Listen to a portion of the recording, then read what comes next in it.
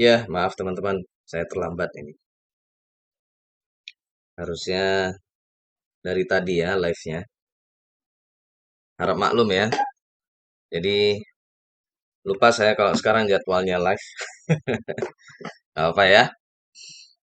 Ya, selamat bergabung lagi teman-teman di kelas peneliti Uda Fikri.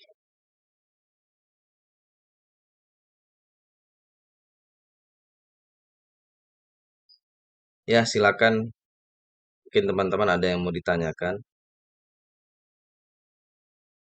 Tadi kelewatan ya, karena tadi saya lagi latihan IELTS ini teman. Jadi ya apa ya? Karena jadwal saya sudah mulai dekat ya. Saya insya Allah tes IELTS tanggal 29 dan 30 November. Ya, 1 bulanan lagi. Jadi tiap hari ya latihan terus ya. Perlu membiasakan diri karena saya terbiasa, bukan terbiasa sih, saya mengerjakan tes IELTS itu, atau terakhir saya tes IELTS itu kan tahun 2017. Oh, udah lama banget. Berarti udah 7 tahun yang lalu. Jadi memang perlu diasah lagi, dipanasin lagi, dan format tesnya berbeda dengan yang dulu. Dulu kan saya tesnya dengan paper base ya, dengan pensil kertas gitu. Sementara ini nanti saya tes online pakai laptop ya. Jadi yang biasanya pakai pensil kayak gitu, ini pakai ketikan tangan, jari gitu ya. Jadi harus membiasakan jari. Apalagi kita dibatasi waktu. Kemarin saya mock test pakai punyanya ini ya, websitenya British Council. Itu berapa apa dapat berapa ya? Listening dapat 6,5. Pokoknya paling paling mentok 6,5. Tadi saya ngerjakan reading itu 5,5. Padahal saya serius ngerjainnya. Jadi betul-betul harus dilatih lagi ini. Harus diasah. Silakan teman-teman yang mau bertanya ya, boleh. Saya belum ada topik sih yang mau dibahas.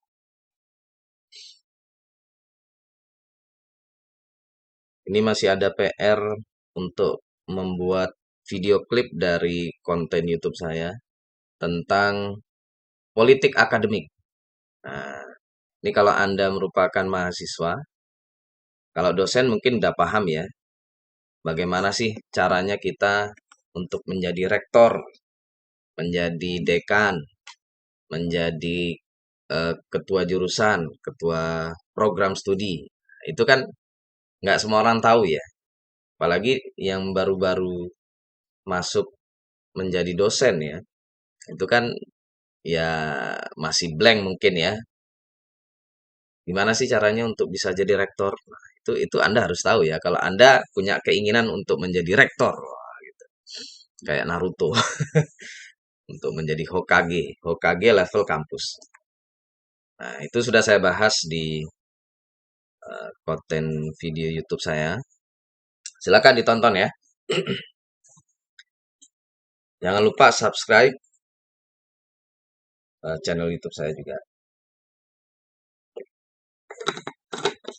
Jadi konten-konten saya yang ada di YouTube dan Instagram itu sama, teman.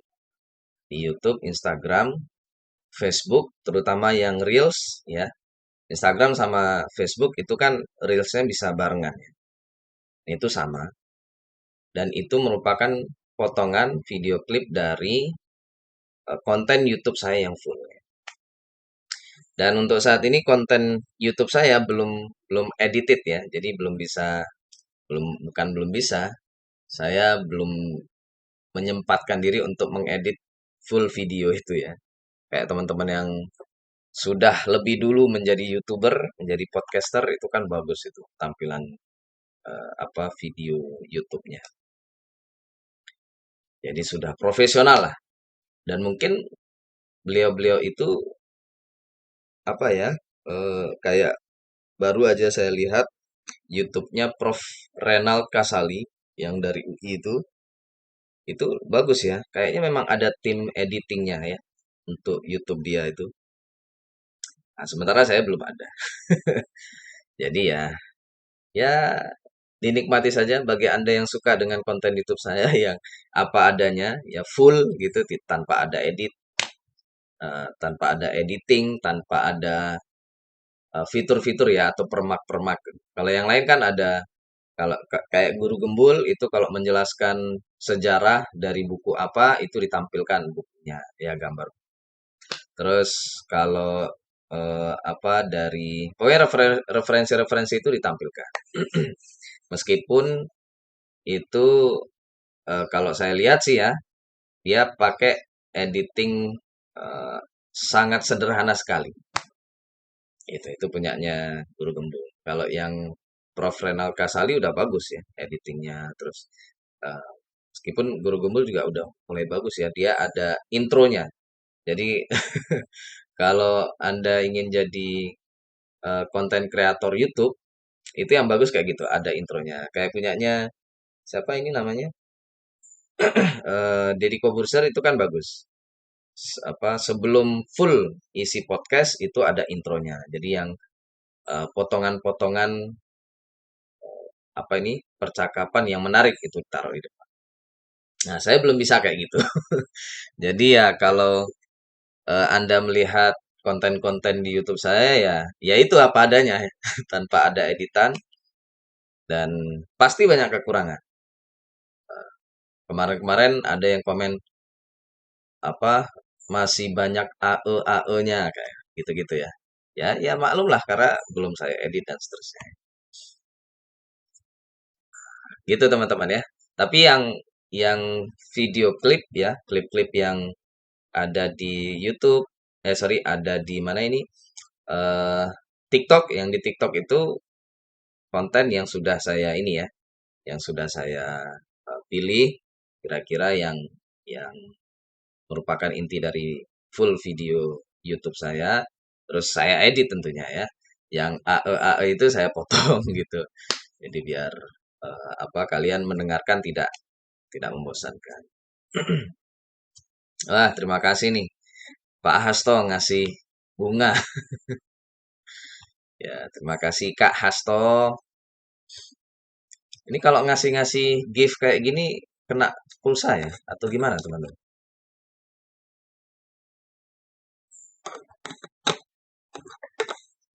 Ya, intinya gitu ya. Oke, silakan yang mau bertanya-tanya, bebas. Kemarin saya sudah bahas tentang ini ya, Kabinet Merah Putih, khususnya dua kementerian. Saya masih bingung Kementerian Kebudayaan. Itu buat apa ya? Kementerian Kebudayaan kan dipisah dari Kementerian Pendidikan. Nah, berarti eh, dia tidak lagi masuk ke ranah pendidikan, gitu nggak sih? Karena dia Kementerian Kebudayaan. Berarti gimana? Dia ranahnya apa tetap ke pendidikan apa enggak? Karena kalau ke pendidikan, ya yang punya wewenang kan ya Menteri Pendidikan Dasar dan Menengah. Terus kalau mau ke sekolah ya, jadi kan harus melalui beliau gitu. Kalau mau memasukkan kebudayaan gitulah kira-kira ya. Dan kalau mau masuk ke perguruan tinggi ya harus lewat Pak Satrio ya. Kalau tadi Menteri Pendidikan Dasar dan Menengah itu Pak Abdul Mukti, Sekjen Muhammadiyah. Kalau Menteri Pendidikan Tinggi, Sains dan Teknologi, berarti disingkat apa? Mendik, Mendikti, apa? Mendiktistek gitu mungkin. Gak tahu lagi lah itu. Pokoknya tiap ganti presiden, tiap ganti menteri, ganti lagi nomenklatur kementeriannya itu. Ya gitulah. Namanya juga Indonesia. Kita ikutin saja teman-teman. Oke, apa ini yang mau dibahas? Mohon maaf ya, saya terlambat tadi. Karena tadi itulah Saya latihan IELTS.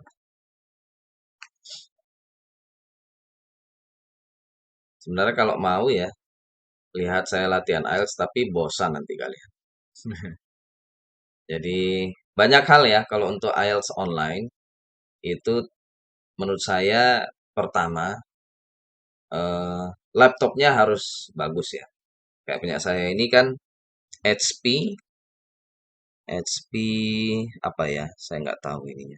Pokoknya Intelnya itu Core i3, terus grafiksnya Radeon gitulah. Dan apa ya? Speknya itu apa ya? Apa itu yang mempengaruhi kecepatan operasional laptop itu namanya apa ya? Ada yang tahu nggak? Kalau prosesor itu kan Intel itu ya. Apa saya lupa itu. Memori bukan memory card ya. Memori disk gitu. Pokoknya memorinya ini 500-an giga.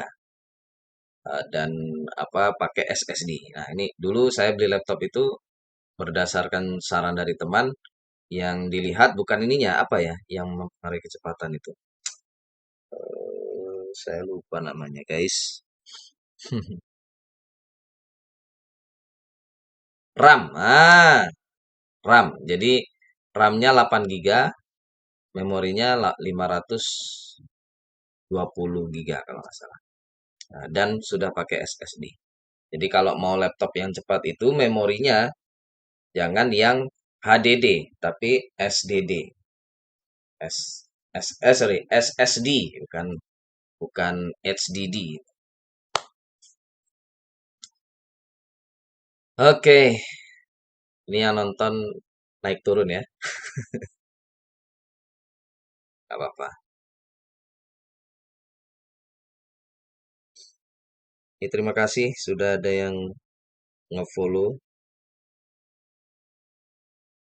Siapa ini yang barusan ngefollow? Anthony dan Bale Edukasi. Kasih sudah ngefollow. Ide bikin jurnal bang. Oh, Anthony.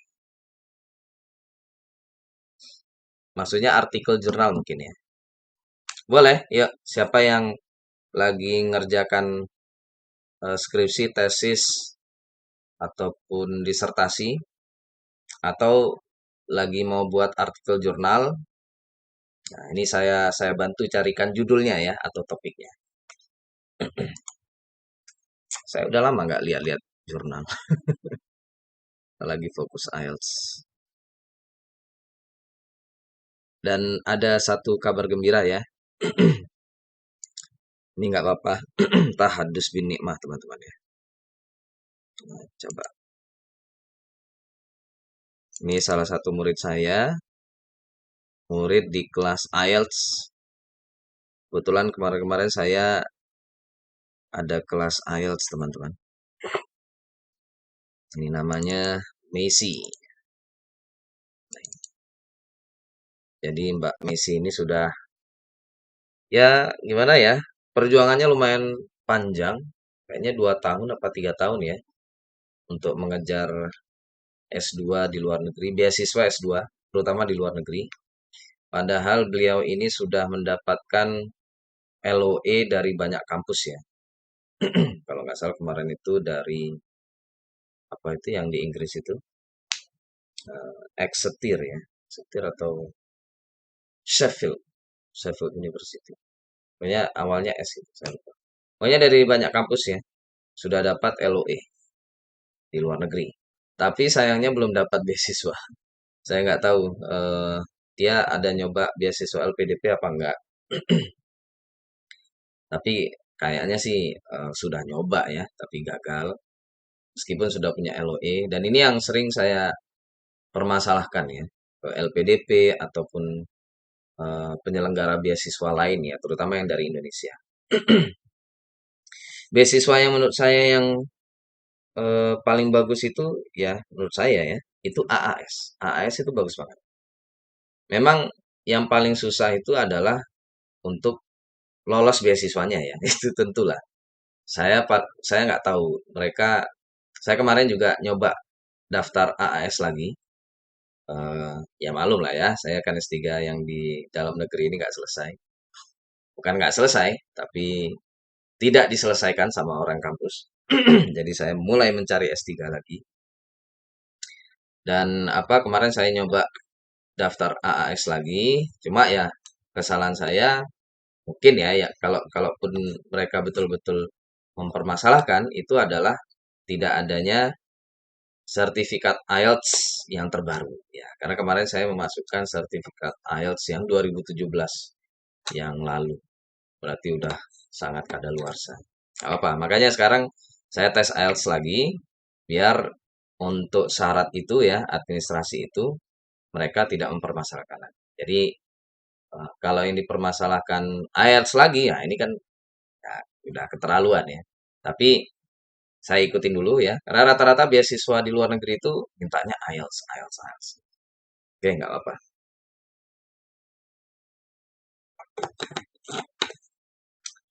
Nah, terus kalau si Messi ini ya kebetulan kemarin IELTS-nya kurang ya mungkin ya. Saya nggak tahu kemarin terakhir dia 5,5 kalau nggak salah. Ya mungkin sekarang sudah eh, kemarin Messi tidak me, apa ya me- mengasih tahu gitu ya, nggak ngasih tahu dia IELTS-nya berapa. Tapi perkiraan saya dia 6 atau 6,5 mungkin ya. 6,5. Dan ini boleh Anda coba teman-teman. Beasiswa dari Arab Saudi. Ya, bagus ini. Dan jurusannya cukup banyak. Ini kebetulan dia jurusan TESOL. Teaching, ya, Teaching English to Speakers of Other Languages. Nih, di King Abdul Aziz University. Kalau nggak salah di Jeddah Abdul Aziz University. Gitu teman-teman ya. Jadi ya saya tahadus bin nikmah. Ya, alhamdulillah salah satu murid saya sudah keterima untuk beasiswa S2 di Arab Saudi dengan nilai IELTS yang kayaknya sudah pas ya. Nah, tadi saya mau bilang begini, jadi untuk beasiswa dalam negeri ya, mungkin salah satunya LPDP itu eh, apa ya? Ini kan masalahnya salah satu syarat IELTS gitu ya untuk daftar LPDP dan juga BPI juga ya. Itu kan untuk S2 maupun S3 IELTS-nya kalau S2 kalau nggak salah IELTS-nya 6,5 atau 7 ya. Kalau S3 7 kalau nggak salah kemarin. Nah, itu di beasiswanya ya.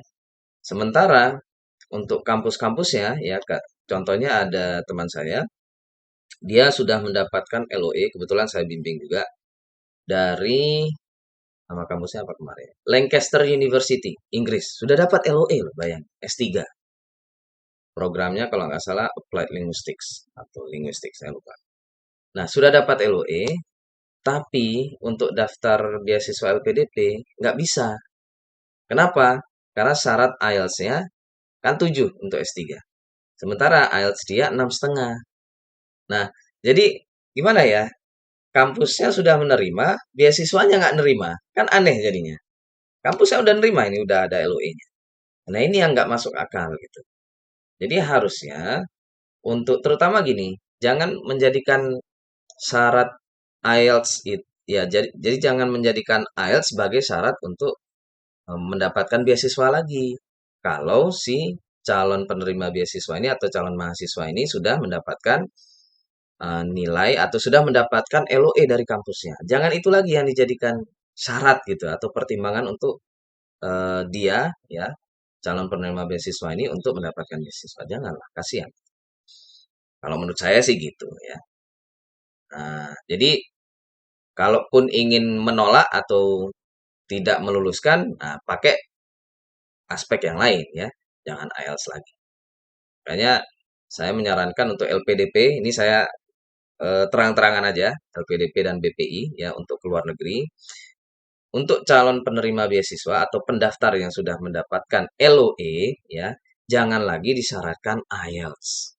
Nah, ini ya, Pak Direktur LPDP Wilarso, Pak Wilarso. Kalau BPI saya lupa, direkturnya siapa. Kalau yang saya kenal sih Bu Ratna Prabandari ya. Itu bukan direkturnya tapi apanya gitu, pelaksana. Ya, jadi saran dari saya bagi pelamar beasiswa yang sudah mendapatkan LOE dari kampus tujuan, terutama yang dari luar negeri, jangan lagi disyaratkan IELTS. Nah, gitu ya, jelas ya saran dari saya. Oke, itu teman-teman, sharing sedikit aja ya. Buat yang lain juga yang lagi berjuang untuk mendapatkan beasiswa S2, S3. Saran saya untuk S2, S3 luar negeri aja ya. Kalau Anda eh, mengejar beasiswa luar negeri aja. Nah, ini saya lagi memperjuangkan ya. Ini kalian juga teman-teman tolong perjuangkan ini tadi ya. Untuk syarat IELTS di beasiswa LPDP, BPI terutama dua itu, kalau sudah mendapatkan LOE tolong dihapus ya. Ini siapa lagi? Bedanya TESOL sama Applied Linguistics apa udah? Oke. Ini ada pertanyaan bagus ya. Bedanya nggak terlalu jauh sih ya. Coba ada nggak perbedaan di sini? Apa itu TESOL? Apa perbedaannya dengan sertifikasinya? TESOL ya, Teaching English to Speakers to Other Languages. Coba di sini ada nggak ya? Differences.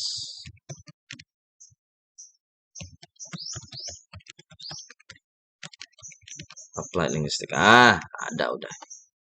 MA in Applied Linguistics or TESOL. What is the differences? Sudah ada Mas ya? Kita Google aja. Mbah Google itu udah menyediakan semua jawaban. Oke. Is a TESOL a part of TESOL? Will equip you with in-depth knowledge and skills around linguistics. Sebenarnya mirip-mirip ya. Mirip-mirip. Applied Linguistics dengan TESOL. Mirip-mirip itu gimana? Ya, kepanjangan dari TESOL udah jelas ya. Coba TESOL mana?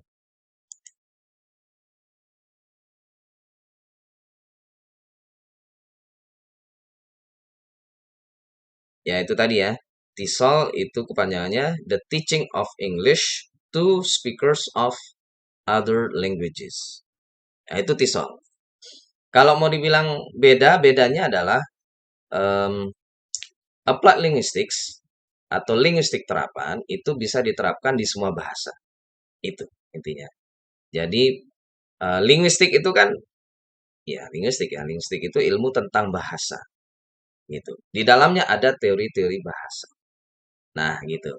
Nah, kalau ditambahkan dengan terapan atau applied artinya bagaimana menerapkan ilmu-ilmu bahasa ke dalam gitu ya, ke dalam apa ya, ilmu lain gitu ya.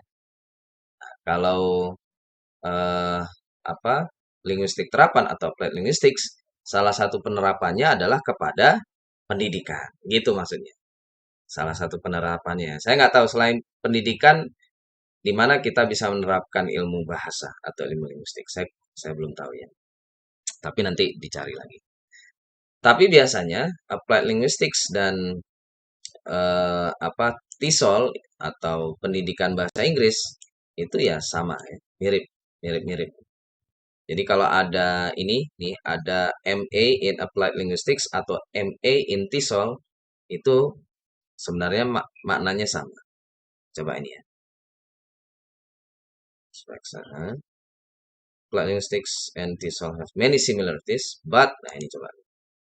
But TESOL teaches how to implement findings from the field of applied linguistics field in a classroom, whereas applied linguistics teaches how to do research and think critically about research. Oh, jadi kalau kalau MA TESOL itu lebih kepada jadi nanti kalau kalian ambil kuliah MA TESOL ya, Masters of Arts in TESOL itu diajarkan bagaimana menerapkan atau gimana ya, menerapkan teori-teori eh, linguistik linguistik terapan ke dalam kelas gitu ya, ke dalam pendidikan gitu. Kalau kalau MA Applied Linguistics itu adalah bagaimana melakukan penelitian dan berpikir kritis tentang riset atau tentang penelitian. Kok, kok rampas ya jawabannya? Applied Linguistics ya sama juga, bagaimana menerapkan teori-teori linguistik ke dalam kelas ya, ke dalam pendidikan.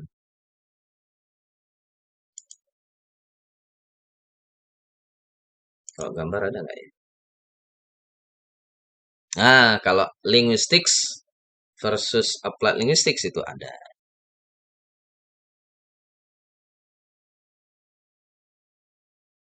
Nah, ini nih, ini bagus nih. Ya, coba saya buka. Nih ya. Jadi applied linguistics itu, nih salah satunya, eh, bagaimana menerapkan teori linguistik ke dalam pendidikan bahasa. Ya, penerapannya sih di pendidikan bahasa ya. Nah, ini pendidikan bahasa atau pendidikan bahasa asing. Oh, ini termasuk nih. Salah satu penerapan ilmu bahasa atau linguistik itu ada pada translation atau penerjemahan ya. Leksikografi juga termasuk. Nah, ini saya baru tahu juga nih. Jadi penerapannya tidak hanya dari ke pendidikan bahasa saja, tapi juga ke penerjemahan, ke leksikografi dan seterusnya. Itu Mas kira-kira perbedaannya. Dan bedanya kalau TESOL itu kan fokus di pendidikan bahasa Inggris saja. Inggris ya. Dan terutama kepada pengguna bahasa selain Inggris. Ya kayak kita kan penutur bahasa asing ya bagi orang Inggris. Nah, gitu. Jadi TESOL itu ke kita. Terus kalau applied linguistics itu karena dia pakai kata-kata linguistik ya bahasa. Jadi penerapan ilmu linguistik tidak hanya ke bahasa Inggris saja ya, tapi pendidikan bahasa lain. Nah, jadi applied linguistics itu bisa juga bagi Anda contohnya pendidikan bahasa Indonesia. Nah, gitu. Jadi pendidikan bahasa Indonesia kepada penutur asing. Kan ada tuh TIPA namanya. Itu bisa ya. Anda ke applied linguistics. Kalau TESOL Anda nggak bisa pendidikan bahasa Indonesia. Contoh Anda bidangnya pendidikan bahasa Indonesia, mau masuk ke TESOL kan nggak bisa. Secara keilmuan nggak sesuai. Tapi kalau ke applied linguistics itu bisa. Gitu Mas. Kalau kalau secara teori yang digunakan sama ya. TESOL itu juga menggunakan teori-teori yang ada pada linguistics atau applied linguistics. Berarti misal sebelumnya ini dari Gazi Store, sebelumnya background bahasa Inggris bisa ambil TESOL ini ya. Eee, Maksudnya background bahasa Inggris gimana? Apakah pendidikan bahasa Inggris? Kalau pendidikan bahasa Inggris bisa banget ke TESOL, ya. Jadi tadi itu maksudnya, eee, perbedaan antara applied linguistics dengan TESOL, gitu ya, Gazistor ya. Kalau semiotika apakah juga termasuk linguistik ya, Mas? Oh, masuk banget. Semiotika itu kan masuk linguistik, ya, masuk ke linguistik banget. Oke, background pendidikan bahasa Inggris S1, S2. Oh iya, ya. Ya, kalau Anda background S1, S2-nya pendidikan bahasa Inggris, bisa banget Anda ke TESOL ya. Nah, itu ya TESOL ya pendidikan bahasa Inggris itu kan gini ya, teman-teman. Ini kita membahas nomenklatur sekarang. Nomenklatur itu maksudnya penamaan ya. Oke, kita membahas nomenklatur.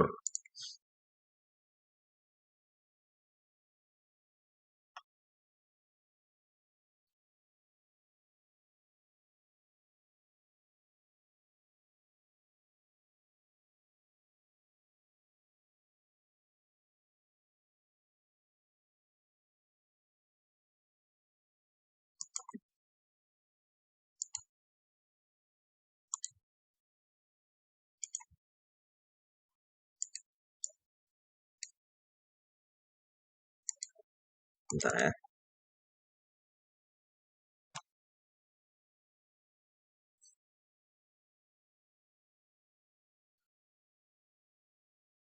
Hmm, gimana ya? Gini deh. Kok layout insert?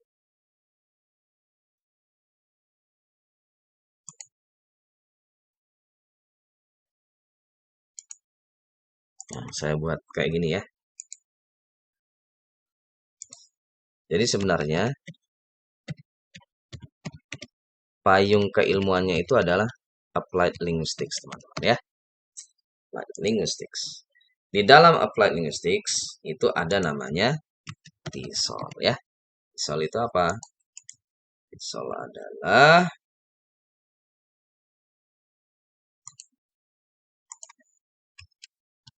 teaching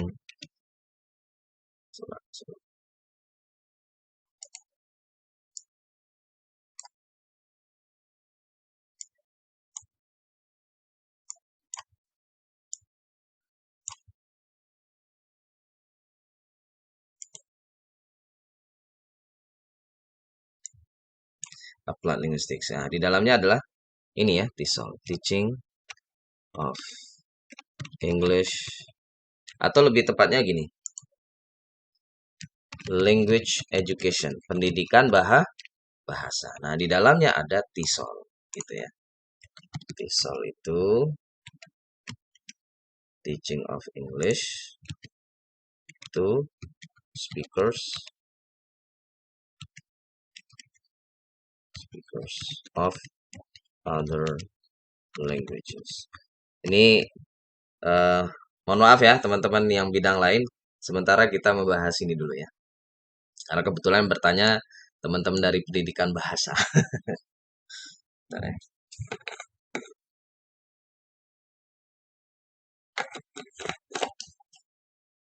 Wah, makasih Mas Kadze ngasih kopi buat saya. Ya, ini Tison. Terus di bawahnya ada lagi, sorry. Nah, ini kayaknya bisa ke bawah aja lah. Dulu. Di sini ada BIPA ya. BIPA itu bahasa, atau yang paling pas ini sih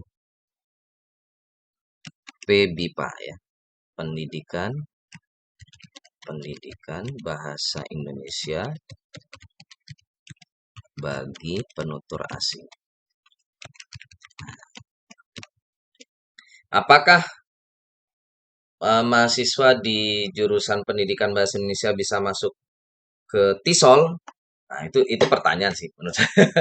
Kayaknya nggak bisa karena eh, Anda bukan dari pendidikan bahasa Inggris. Kalau dari pendidikan bahasa Inggris bisa ke MA TESOL bisa.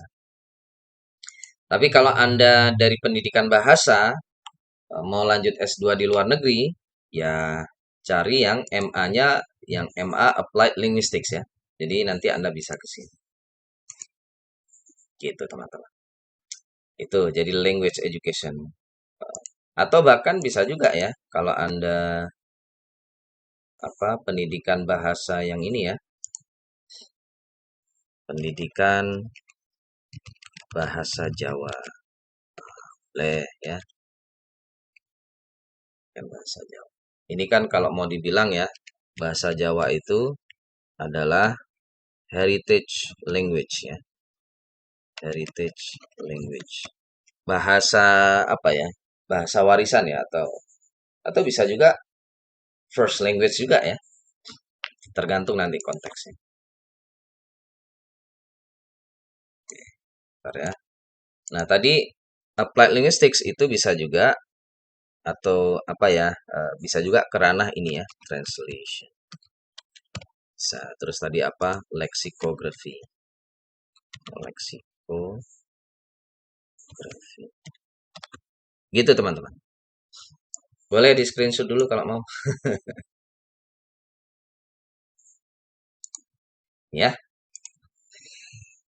Eh ya semiotika majalah lebih ke linguistik ya. Linguistik. Background ya. eh, Kalau di Mas Hakim kenapa ada kalau? Kalau kegiatan volunteer sama organisasi ngaruh nggak Pak buat dapat beasiswa? Oh, ngaruh banget ya.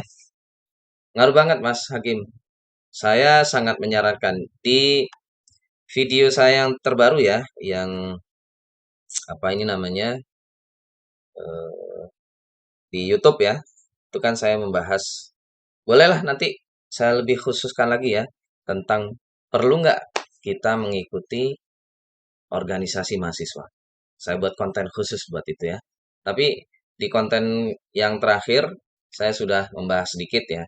Salah satunya kalau Anda ingin berkarir menjadi dosen di sebuah kampus dan terutama ingin menjadi rektor ya, menjadi apa tadi, kaprodi, dekan, itu salah satu jembatannya itu ya organisasi mahasiswa.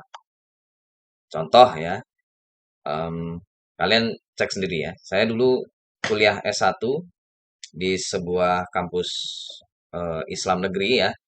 Nanti kalau Anda mau cari sendiri aja. Itu menarik kalau mengikuti ininya ya, politik internal kampus atau politik akademik yang ada di dalam. Saya dulu kebetulan alumni atau pernah aktif di Pergerakan Mahasiswa Islam Indonesia, PMII, yang kebetulan ya PMII itu dulu awalnya merupakan bagian dari Nahdlatul Ulama, NU. Tapi entah tahun berapa akhirnya eh, memisahkan diri dengan NU, jadi dia menjadi organisasi independen tersendiri. Meskipun secara koordinasi itu tidak ada. Beda dengan ini ya, IPNU, Ikatan Pelajar Nahdlatul Ulama, terus apa lagi? eh, Ansor ya, GP Ansor, Gerakan Pemuda Ansor, itu kan masih di bawah NU. Artinya pimpinan GP Ansor, pimpinan IPNU, IPPNU itu berada di bawah koordinasi Ketua PBNU. Istilahnya gitu ya, kira-kira. Masih di bawah. Sementara PMII tidak. PMII tidak ada garis koordinasi dengan PBNU ya secara langsung. Tapi secara kultural masih. Dan banyak kader-kader PMII yang masuk ke kepengurusan PBNU ada juga banyak ya. Gitu ya. Nah, saya dulu di PMI ya, jujur aja saya di PMI. Terus kenapa organisasi mahasiswa ini penting? Kalau di lingkup internal kampus, ya itu tadi ya. Kalau Anda ingin eh, apa mendapatkan posisi sebagai rektor, nah organisasi latar belakang organisasi mahasiswa inilah yang sangat berpengaruh. Karena di situ kan nanti di PMI itu ya para alumni PMII itu kan ada namanya IKPMII, Ikatan Keluarga Alumni PMII, ya enggak? Terus kalau HMI, Himpunan Mahasiswa Islam itu ada namanya, saya lupa namanya. Ini KAHMI, ya KAHMI itu berarti keluarga. Saya nggak tahu K-nya K sama A-nya itu apa ada kepanjangan sendiri. Keluarga alumni mungkin ya. Keluarga alumni HMI itu KAHMI. Nah, eh, apa ya jaringan jaringan para alumni organisasi mahasiswa ini lumayan ya berperan dalam aspek-aspek politik yang ada di Indonesia ya di semua level kehidupan di perguruan tinggi apalagi di partai gitu ya. Nah, para alumni Kahmi itu banyak yang masuk ke Golkar. Salah satu ketua umum Golkar yang merupakan apa ya Kahmi atau alumni atau apa ya mantan ketua umum HMI itu Pak siapa namanya Akbar Tanjung ya dulu pernah jadi ketua DPR. Terus eh, mantan ketum HMI yang lain siapa lagi ya? Nah ini Anas Urbaningrum yang sekarang sudah nggak ada ini lagi ya, udah nggak ada taringnya itu Mas Anas Urbaningrum. Itu mantan ketum HMI dulu sempat menjadi ketum Partai Demokrat. Nah, gitu ya. Itu kalau ke partai politik Anda tidak mengawali dari organisasi mahasiswa itu susah kayak. Kecuali Golkar. Kalau di Golkar itu rata-rata apa pengurusnya ataupun ya pengurus ya, terutama di elit-elit partainya itu bukan hanya ini ya, bukan hanya alumni dari organisasi mahasiswa, tapi eh, apa ya? Coba kita kayaknya kalau mau bahas organisasi mahasiswa sambil lihat ini deh websitenya ya, website resmi HMI satu, terus apa lagi PMII, website resminya kan ada ya di Wikipedia. Nah ini kayaknya ini nggak sih? Ya, ini HMI ya, Himpunan Mahasiswa Islam. Dan pertarungan politiknya itu sudah dimulai sejak dari kampus antara HMI dengan PMII, terus dengan kami ya, ada lagi nih kami teman-teman. Kesatuan Aksi Mahasiswa Muslim Indonesia. Kami itu ya, kami itu kalau dulu kan ada namanya ini ya, kami ini. Dulu ada namanya kami, Kesatuan, sebentar, masih ada nggak ya? Kesatuan Aksi Mahasiswa Indonesia. Nih, ada kami dengan M-nya satu ya. Nah, ini ada sejarahnya. Sekarang udah nggak ada ini. Ini ya, Kesatuan Aksi Mahasiswa Indonesia. Nah, ada kami M-nya satu, terus ada kami yang M-nya dua ya. Ini beda nih teman-teman. Ini coba nih. Kalau di UIN Malang banyak PMI. Betul, ya. Rata-rata UIN dan juga IAIN itu yang paling banyak PMI. Terus kalau UIN Suka banyak HMI, Pak, betul. Kalau di Jogja itu HMI menguasai ini. HMI Muhammadiyah, dosen-dosennya juga betul. Intrik politiknya benar-benar kental. Oh, kental banget. Dan itu nggak masalah. Begini teman-teman ya. Ini Anda apa ya? Kalau mau belajar politik itu harus ikut organisasi mahasiswa ini. Ya, mau PMII kami. Kalau saya secara pribadi, saya sudah lebih dewasa sekarang ya. Mau PMII, kami, HMI, apapun organisasi mahasiswa yang Anda ikuti ya. Karena saya tidak memiliki kepentingan politik apapun ya biasa aja ya. Cuma bagi saya kalian ya mahasiswa yang aktif di organisasi mahasiswa ini nilainya lebih dibandingkan mahasiswa kupu-kupu. Ya kan ada istilahnya ya. Kuliah apa itu? Kupu-kupu itu apa? Kuliah pulang, pulang gitu ya. Iya, nilai lebih ya. Kenapa? Karena di situ Anda di organisasi mahasiswa itu Anda mendapatkan banyak skill. Pertama yang jelas adalah skill apa? Sosial, ya enggak? Terus skill apa lagi? Skill politik juga. Di situ Anda belajar untuk menjadi politisi, ya. Dan eh, rata-rata yang bisa menjadi ketum partai itu kalau tidak punya background organisasi mahasiswa agak susah biasanya ya. Kalaupun ada yang menjadi ketum bukan dari apa alumni organisasi mahasiswa, contoh ya, yang saya kenal itu dulu ketum P3 itu siapa namanya? Mardiono atau siapa itu? Itu beliau pengusaha ya, pengusaha. Terus siapa itu yang sebelumnya lagi pernah menjadi menteri ATR ya atau menteri apa? Yang Bappenas itu. Itu juga beliau bukan dari latar belakang organisasi mahasiswa. Kalau ketum P3K, P3K, ketum P3 yang sebelumnya lagi itu siapa itu Roma Hurmuzi, itu kan mantan ketum apa dia ya? Ketum PMI kalau nggak salah. Roma Hurmuzi ya, saya nggak tahu lagi, nanti dicek. Kalau PKB, oh ini nih, yang ketum P3K sebelumnya lagi, Surya Dharma Ali, itu mantan ketum PMI.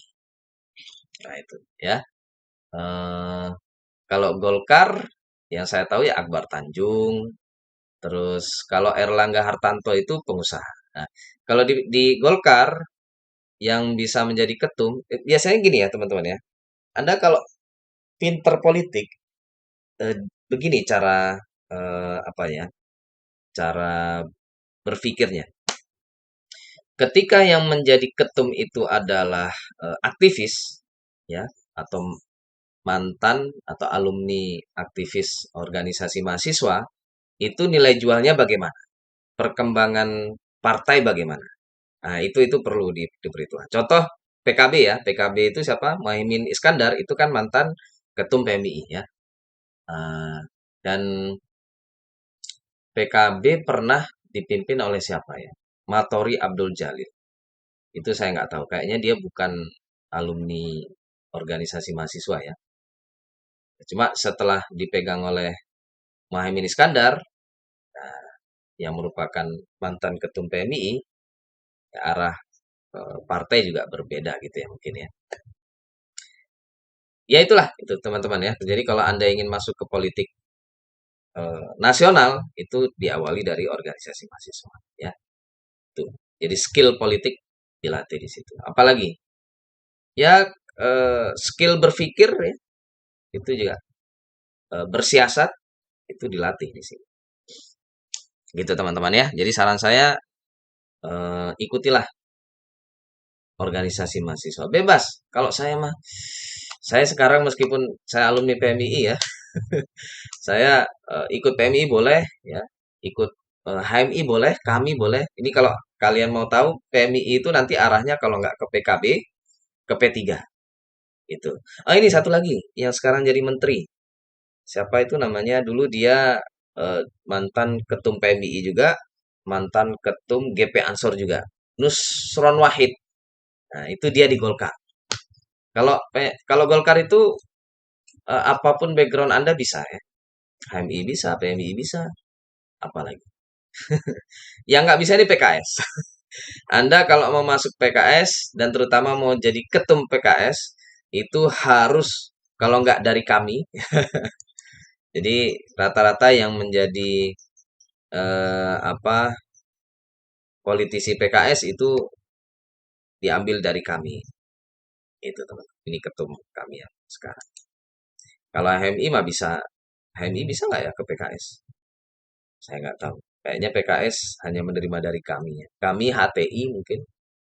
Cuma sayangnya HTI udah dilarang sekarang ini. Ini HMI itu ya. Yang ini PMI. Itu Mas. Ya, jadi ya ini bedanya kami yang M-nya 2 ini ya. Yang M-nya 2 ada muslimnya. Kesatuan Aksi Mahasiswa Muslim Indonesia. Kayaknya kami ini terbentuk setelah adanya kami yang M-nya 1 ya. Jadi kalau kami yang M-nya 1 itu sangat bersejarah sekali. Eh, kami yang M-nya 1 itu berdiri pada 1965 dan terutama ya ini ya tujuannya untuk menumpas atau memberantas PKI. Itu teman-teman. Nah, kami itu beranggotakan HMI ya. Kayaknya kami yang M-nya 2 belum ada deh. Ya, setelah ini baru ada. Coba ya, saya penasaran. Ada nggak sejarahnya tentang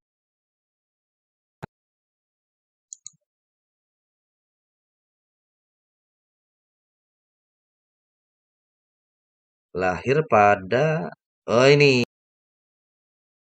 masih baru banget ya ternyata. Kesatuan Aksi Mahasiswa Muslim Indonesia ya ini ya lahir pada era reformasi. Oh, baru banget deh 1998. Hmm. Oh, di Kota Malang. Ya, kami ini kan berawal dari ini teman-teman. Ini ya LDK, Lembaga Dakwah Kampus atau Tarbiyah istilah. Nah, jadi LDK seluruh Indonesia itu bergabung dan secara ideologi kami ini apa ya berasal dari Ikhwanul Muslimin Mesir. Panjang, kalau mau dibahas ini panjang. Cuma saya baru tahu ya kalau kami ini baru banget terbentuknya ya 1998. Dan kayaknya ya dia mengadopsi nama dari kami yang M-nya 1. Gitu lah. Oke, apalagi nih? Ya, dosen-dosen tadi saya mau bilang begini. Jadi para alumni dari organisasi mahasiswa inilah yang apa ya, bermanuver untuk bisa menduduki posisi rektor. Itu orang nomor satu di kampus. Nanti coba nih Anda apa yang dari kampus manapun ini ya, mahasiswa ataupun dosen, coba dicek rektor Anda itu latar belakang organisasinya. Pertama organisasi ini ya, organisasi kemasyarakatannya, ormasnya, apakah Muhammadiyah, apakah NU, Persis dan seterusnya. Dan itu sangat mempengaruhi ya. Karena kan nanti untuk mengumpulkan suara dosen-dosen atau senat akademik itu salah satu caranya ya dengan keseragaman organisasi mahasiswanya ya. Atau dia kalau IKPMI ya masih satu payung di IKPMI. Atau kalau KAHMI masih satu payung di KAHMI. Itu. Dan hampir nggak mungkin kalau Anda tidak punya background organisasi sama sekali bisa menjadi rektor gitu ya. Terutama ini kampus negeri ya. Kalau kampus Muhammadiyah mah jelas banget, pasti orang Muhammadiyah ya yang menjadi rektor. Dan biasanya yang kuat adalah kalau Anda aktif di organisasi, kalau di kampus Muhammadiyah ya, kalau Anda aktif di IMM. Nah, ini ada lagi kan IMM. IMM itu Ikatan Mahasiswa Muhammadiyah. Ini organisasi sayapnya Muhammadiyah ya. IMM ada ini. Oh, nggak ada website resminya ya. Ya, biasanya yang jadi rektor itu alumni IMM ya. Atau IPM, nah, gitu-gitu ya. Tapi kalau di kampus negeri kan netral ya. Apalagi kampus negeri itu punya pemerintah, punya negara. Nah, itu pertarungannya di situ nanti. Yang dari IKPMI, alumni PMI bertarung dengan KAHMI, HMI. Gitu. Ini kata Kadze, Mas Kadze, di UIN Malang itu PMI. Rektornya, coba dicek ya. Saya yakin rektornya itu PMI. Gitu. Pertarungannya ya. Terus apa lagi? Nerapin teorinya Vygotsky, sociocultural theory. Kurang pas sih. Kalau Vygotsky itu kan di ranah pendidikan, Mas. Kalau ini, jadi organisasi-organisasi itu sebenarnya ber apa ya, menginduk kepada idealisme atau ideologi ini, teman-teman. Sosialisme, sosialisme, ya. Jadi awal dari organisasi perkumpulan perkumpulan itu kan dari sosialisme, gitu. Sosialisme itu ya mirip dengan komunisme ya. Tapi komunisme itu berasal gimana? Saya nggak tahu. Nantilah kapan-kapan saya bahas lagi ya tentang sosialisme dengan eh, apa komunisme. Tapi keberadaan dari organisasi-organisasi itu dari paham sosialisme, ya kan membangun sebuah kepemilikan sosial secara bersama. Nah, itu kan adanya di organisasi.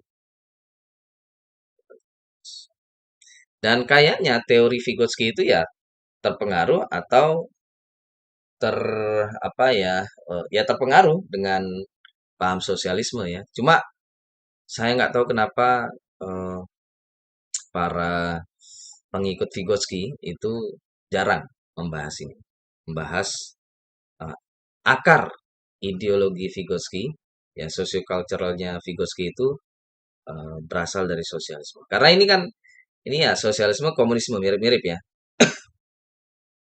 Cuma kapan-kapan saya bahas perbedaan komunisme dengan sosialisme. Nah, eh, apa ini adanya kesetaraan sosial itu dari paham sosialisme. Akhirnya muncul organisasi-organisasi. Kalau di Amerika, ini nanti ya kapan-kapan saya bahas juga perbedaan apa ini namanya politik ataupun kehidupan sosial yang ada di negara-negara Asia, terutama seperti Indonesia dengan Amerika. Kalau Amerika ini kan liberal, Makanya kalau di Amerika jarang ini ya, ada namanya organisasi mahasiswa nasional atau federal itu jarang. Ya, insya Allah kapan-kapan. Teori politik dari teori evolusioner berebut kalori. Ya, gitu teman-teman ya. Maaf, tadi terlambat untuk live. Ini kita bahasnya jadi kemana-mana. Tapi menarik ya. Saya rencana nanti juga akan membahas ideologi-ideologi. Ideologi sosialisme, ideologi komunisme. Mudah-mudahan ini Pak TNI ya. Jangan ditangkap lah saya. Ini kan kita sudah hidup di zaman reformasi, di zaman kebebasan berpikir. Dan ideologi itu tidak ada yang salah. Ideologi tidak ada yang salah. Yang salah adalah penerapan. Saya lagi tertarik ini namanya Pol Pot ya. Pol Pot ini adalah salah satu pemimpin komunis terkejam di dunia. Kapan-kapan lah. Sementara itu teman-teman, ada yang mau ditanyakan lagi sebelum saya tutup?